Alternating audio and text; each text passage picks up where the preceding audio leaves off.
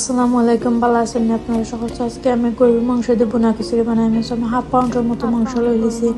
দেন আমি ডাল চিনি দিলাইছি, লং, এলাচি, তেজপাতা সবটা দিয়া আমি দলকে একটা মাংস রাঁধতে তাই লাগে সবটা দিছি।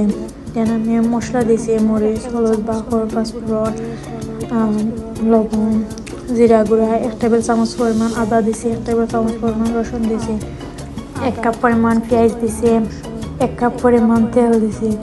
দেওয়া আমি মশলার লগে মাংসগুলারে আমি মিশাই দিছি, আলতা করে মাখাই দিছি, সবগুলা মশলার লগে মিশাই দিছি।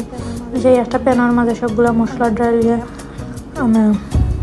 আমি চুলার মাঝে আগুন দিলাম। দিয়ে মশলাটা খসানি লাগে দিলাইলাম। আমি মশলার মাঝে আমি মাংসের মাঝে কোনো পানি অ্যাড করছি না। তো মাংস থেকে অলরেডি পানি বার হয়েছে। দেন আমি 4-5টা কাঁচামরিচ দিয়েছি। দেওয়া আমি আধা ঘন্টার মতো মাংসটা আমি ভিজাইছি। আধা ঘন্টার মতো আমি জাল দিছি।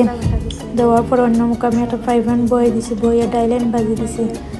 একটু ব্রাউন কালার করে সবগুলো ডাইলেন ভাজি দিলাম। 1 কাপ পরিমাণ ডাল নিয়েছিলাম আমি, সবগুলো ডাল ভাজলাম। দেন আমি সবগুলো ডাল ভাজি যখন ডাল একটু ব্রাউন কালার করে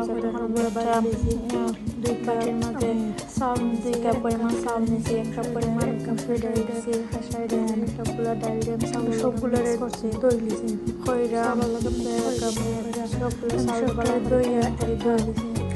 দইয়া আমি একটা জালির মাঝে রাখছি, পানি জোড়া লাগে আমি পানি জোড়া লাগিয়ে রাখছি। পানি জোড়ার পরে আমি আবার মশলাগুলো লাগিয়ে দিয়েছি।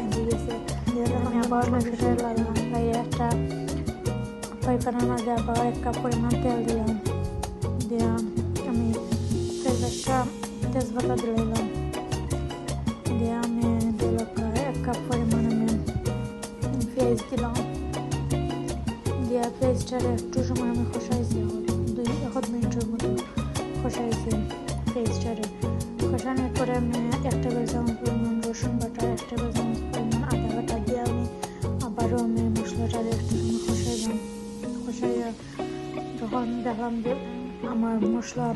আমার পেঁয়াজ ব্রাউন হয়ে গেছে, তখন আমি 1 টেবিল চামচ পরিমাণ হলুদ দিলাম, 1 টেবিল চামচ পরিমাণ নুন দিলাম। দিয়ে আমি আবার 2-3 মিনিটের মতো লাগালাম।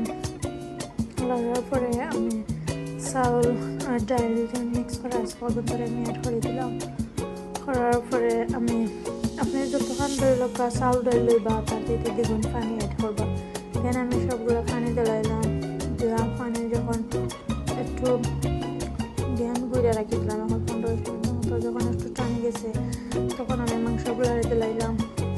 দিয়া আমি আবার মাংসর লগে আমি অ্যাড করে দিলাম। মাংসর লগে আমি সবগুলো মিক্স করে দিলাম। চাউল ডাল সবগুলো মিক্স করে আমি আবার 15-20 মিনিটের মতো ঢাকনা দিয়ে ঘুরে রাখি দিলাম। যখন একটু ফুটে গেছে তখন আমি 2 টেবিল চামচ পরিমাণ আমি ঘি দিলাম। ঘি দিন একটু ফ্লেভার লাগে, আমি একটু ঘি দিলাম 2 টেবিল চামচ পরিমাণ।